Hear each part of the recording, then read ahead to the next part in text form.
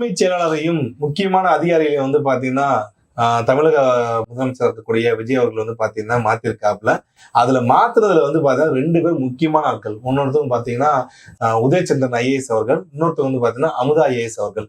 இந்த 2 பேருமே வந்து இதுக்கு முன்னாடி என்னென்ன அட்ராசிட்டி பண்ணிட்டு இருக்காங்கன்றது வந்து எல்லாருக்குமே தெரிஞ்ச விஷயம்தான். நீங்க எல்லாரும் கேள்விப்பட்டிருப்பீங்க. ஏடிஎஸ்பியாக இருந்த என்கவுண்டர் ஸ்பெஷலிஸ்ட் வெள்ளத்துறை அவர்களை வந்து பாத்தீங்கன்னா ரிட்டையர்ட் ஆகிறதுக்கு ஒரு நாளைக்கு முன்னாடி அவருக்கு மேல வந்து பாத்தீங்கன்னா துறை ரீதியான நடவடிக்கை வந்து எடுத்தது யாரும் கிடையாது, இந்த ஐஏஎஸ் அமுதா அவர்கள் தான்.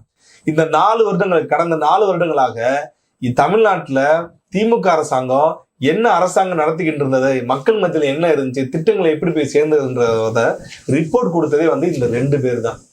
இது வந்து ஒட்டுமொத்தமா தவறான ரிப்போர்ட்னு சொல்லி நான் சொல்லுங்க. துர்கா ஸ்டாலின் அவர்கள், அதாவது முன்னாள் முதலமைச்சராக இருந்த அவருடைய மனைவிட்டு வந்து கொடுத்த ரிப்போர்ட் எல்லாமே பொய்ன்னு சொல்லி இப்ப வந்து பாத்தீங்கன்னா அந்த அம்மா புலம்புற மாதிரி வந்து பாத்தீங்கன்னா தகவல் எல்லாம் வெளியே வந்துட்டு இருக்கு. அது உண்மையிலே உண்மைதான். ஏன்னா அஜித் அவர்களுடைய, அதாவது நம்ம தம்பி அஜித் அவர்களுடைய லாக்அப் டெத்து, நிறைய விஷயங்கள் வந்து பாத்தீங்கன்னா டோட்டலாகவே இந்த 2 பேருமே வந்து பாத்தீங்கன்னா அரசாங்கத்துக்கு கெட்ட பேரை ஏற்படுத்துவதற்கு என்னென்னலாம் செய்யணுமோ எல்லா விஷயத்தையும் செஞ்சவங்க தான் வந்து இந்த அமுதா ஐஏஎஸ் அவர்களும் பிளஸ் வந்து பாத்தீங்கன்னா இவர் உதயச்சந்திரன் ஐஏஎஸ் அவர்களும். ஸோ இவர்களுடைய துறை ரீதியான நடவடிக்கைகள் போலீஸ் டிபார்ட்மெண்ட் வந்து பார்த்தீங்கன்னா கண்ட்ரோல் பண்ணுது, மற்ற துறைகளை வந்து கண்ட்ரோல் பண்ணுது. அதுல வந்து பார்த்தீங்கன்னா ஏகப்பட்ட கெட்ட பேரை வந்து பார்த்தீங்கன்னா மக்கள்கிட்ட வந்து சம்பாதிக்க காரணமாக இருந்தவங்க தான் இந்த 2 பேருமே. இந்த 2 பேருமே வந்து பார்த்தீங்கன்னா நடமாடும் சிஎம் மாதிரி வந்து பார்த்தீங்கன்னா தங்களை வந்து ஒரு முதலமைச்சராகவே வந்து பார்த்தீங்கன்னா நினைச்சுக்கிட்டாங்க. இதான் உண்மை. உதயச்சந்திரன் அவர்களை பத்தியும் அமுதா ஐஏஎஸ் பத்தியும் வந்து போலீஸ் டிபார்ட்மெண்ட்ல இருந்து எல்லா டிபார்ட்மெண்ட்ல இருந்து புலம்பாத ஆட்கள் அதிகாரிகளே கிடையாது. நாங்க சொல்றதுதான்டா. மேக்சிமம் வந்து பார்த்தா நிறைய இடத்துல வந்து பாத்தீங்கன்னா மரியாதை குறைவாகவே வந்து பார்த்தீங்கன்னா ஏகப்பட்ட ஐஏஎஸ் ஐபிஎஸ் வந்து 2 பேர் நடத்திருக்காங்க. அந்த அளவுக்கு வந்து பார்த்தா தாங்கள் தான் எல்லாமே, திருப்பியும் டிஎம்கே தான் வரப்போ போகுது, நாங்க தான்டா, நான் ரிட்டையர்ட் ஆனா கூட வந்து பார்த்தீங்கன்னா சிறப்பு அதிகாரியா வந்து நான் எல்லாம் வந்து உட்காருவேன், என்னை எதிர்த்து யாரும் நிக்க கூடாதுன்ற அளவுக்கு வந்து பாத்தீங்கன்னா உச்சபட்சமா கொண்டு போனாங்க.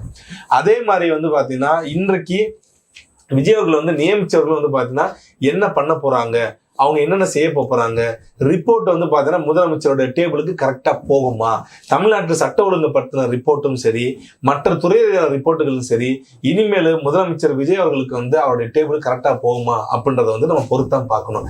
ஆனா ஓரளவுக்கு வந்து பாத்தீங்கன்னா இந்த 2 பேரையும் வந்து பாத்தீங்கன்னா எடுத்ததுக்கு அப்புறம் இன்னைக்கு ஒட்டுமொத்த ஐஏஎஸ் ஐபிஎஸ் பிளஸ் அதிகாரிகள், விவோ வரைக்கும் கிளர்க், கடைக்கோடி கிளர்க் வரைக்கும் இருக்கிற எல்லாருமே வந்து பாத்தீங்கன்னா ஒரு இழுத்து பெருமூச்சு வந்து பாத்தீங்கன்னா விட்டுருக்காங்க. அந்த அளவுக்கு வந்து பாத்தீங்கன்னா தங்களுடைய ஆக்டோபஸ் கரங்களை வைத்துக்கொண்டு நீ அதை செய்யாத, இதை அப்படி பண்ணாத, அதாவது முதலமைச்சருக்கு அனுப்பக்கூடிய உளவுத்துறை அனுப்பக்கூடிய அனைத்து கடிதங்களையும் வந்து பாத்தீங்கன்னா இவங்களே ஓபன் பண்ணி பிரிச்சு பார்த்துட்டு அதுக்கப்புறம் வந்து பாத்தீங்கன்னா சென்சார் பண்ணி அமைச்சிருக்காங்க. அந்த அளவுக்குள்ள வந்து பாத்தீங்கன்னா ஒட்டுமொத்த அந்த அதிகாரத்தையும் வந்து பாத்தீங்கன்னா கையில வச்சிருந்தவங்க தான் இந்த 2 பேருங்க.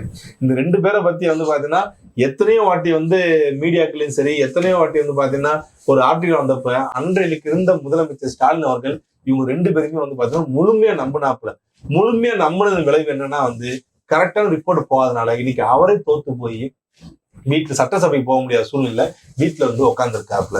சோ மீண்டும் வந்து பாத்தீங்கன்னா இந்த மாதிரி ஒரு கேரக்டர்ஸ, இந்த மாதிரி வந்து பாத்தீங்கன்னா ஒரு ஆளுமையில விஜய் அவர்கள் வந்து மீண்டும் இந்த மாதிரி கொண்டு போனாங்கன்னா அவருக்கு இதே நிலைமை தான் ஏற்படும். ஆனா இந்த விஷயத்த வந்து அவர் அவாய்ட் பண்ணிட்டு இப்ப நியமிச்சிருக்கிற இந்த 2 ஐஏஎஸ் பத்தியும் வந்து பாத்தீங்கன்னா நம்ம வருங்காலங்கள்ல அவங்க என்னென்ன நடவடிக்கை எடுக்கிறாங்க, என்னென்ன விஷயம் பண்றாங்கன்றத வந்து நம்ம சேனல்ல கண்டிப்பா அதை பத்தி தொடர்ந்து வந்து பேசுவோம். மட்டும் இல்லாம தமிழக அரசாங்கத்திற்கு இப்ப இருந்த அரசாங்கம் சரி, அதுக்கு முன்னாடி இருந்த அரசாங்கத்துக்கும் சரி, மக்கள் மத்தியில ஒரு நேர்மையான அதிகாரி, அது மட்டும் இல்லாம வந்து இந்த ரவுடிகளுக்கு சிம்ம சொப்பனமாக இருந்த ஏடிஎஸ்பியாக இருந்த வெள்ளத்துறை அவரை வந்து இந்த அம்மா அவங்களோட மோட்டிவ் இல்ல, நான் சொல்றதெல்லாம் வந்து எதுவுமே அவர் கேட்க மாட்டாரு, அவர் தன்னிச்சையா செயல்படுறாரு அப்படின்ற ஒரே காரணத்துக்காக ரிட்டையர்ட் ஆகிற டயத்துல வந்து பாத்தீங்கன்னா அவருக்கு வந்து அடுத்து விழா எடுக்க போறாங்க, பிரிவு உபச்சார விழா வந்து நடத்த போறாங்க.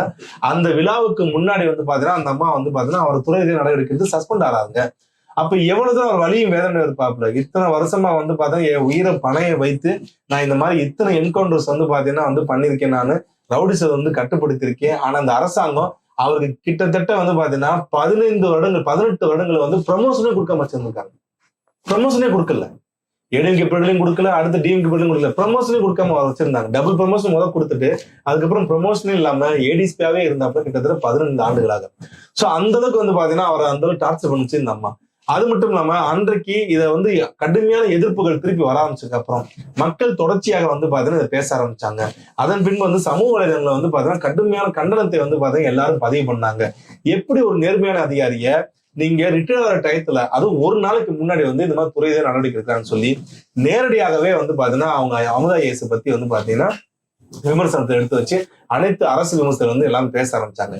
விளைவு என்னாச்சுன்னா அடுத்து உடனடியாக வந்து அப்பதான், அதாவது இத்தனை பேர் பேசினதுக்கு அப்புறம் சமூக வலைதளங்கள்ல கடுமையான எதிர்ப்பு வந்ததுக்கு அப்புறம் கூட ஒரு நாள் டைம் எடுத்துதான் முதலமைச்சர் ஸ்டாலின் அவர்களே வந்து பார்த்தா இந்த விஷயத்தை தலையிட்டு சரி பரவாயில்ல அது பண்ண வேணாம் அப்படின்னு சொல்லி வந்து அவருக்கு உண்டான என்ன மரியாதையோ அந்த மரியாதை கொடுத்து அவர் செட்டில்மெண்ட் எல்லாமே வந்து பார்த்தீங்கன்னா இது பண்ணி விட்டாங்க. அப்போ கூட வந்து பார்த்தீங்கன்னா தப்பிச்சுட்டான் அப்படின்ற மாதிரி பல்ல கடிச்சு தான் வந்து பார்த்தீங்கன்னா நம்ம இருந்திருக்காங்க. ஸோ அந்த அளவுக்கு வந்து பார்த்தீங்கன்னா தன்னுடைய அந்த ஈகோ வந்து பார்த்தீங்கன்னா உச்சபட்சத்துக்கு கொண்டு போன நபர் தான் இந்த நபர்.